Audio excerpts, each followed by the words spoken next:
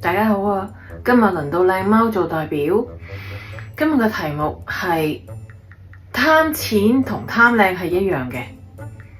呢個題目當然唔係我開㗎啦，呢個題目係醜樣媽開嘅，所以我當然係唔同意啦。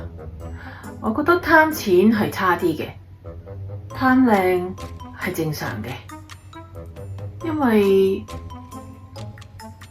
貪靚係人嘅天性嚟，愛美係人嘅天性啊嘛。跟住阿媽就話：咁君子愛財，取之有道啊嘛，冇錢你點幫人呢？咁都係嘅，所以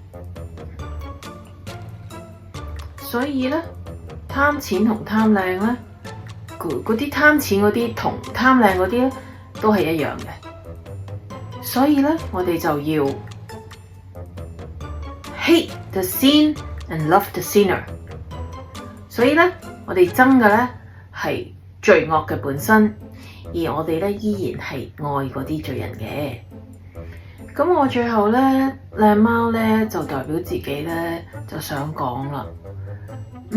我哋可能係一樣，但係唔同嘅就係我哋承認，我哋認罪悔改，我哋承認自己做過嘅嘢，我哋承認咯。